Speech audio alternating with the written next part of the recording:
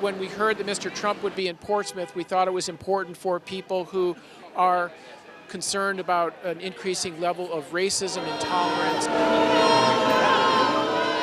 that are getting reflected in the presidential campaign. We thought it was important for people who reject that notion to be out in public, making our views and our voices visible and audible. I love you all. Thank you for being here. I'm going to take a picture of everybody.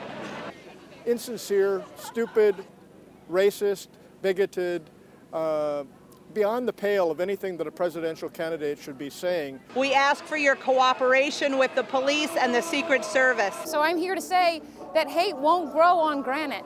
So we're periscoping, got people watching, got 56 people watching. No, Trump!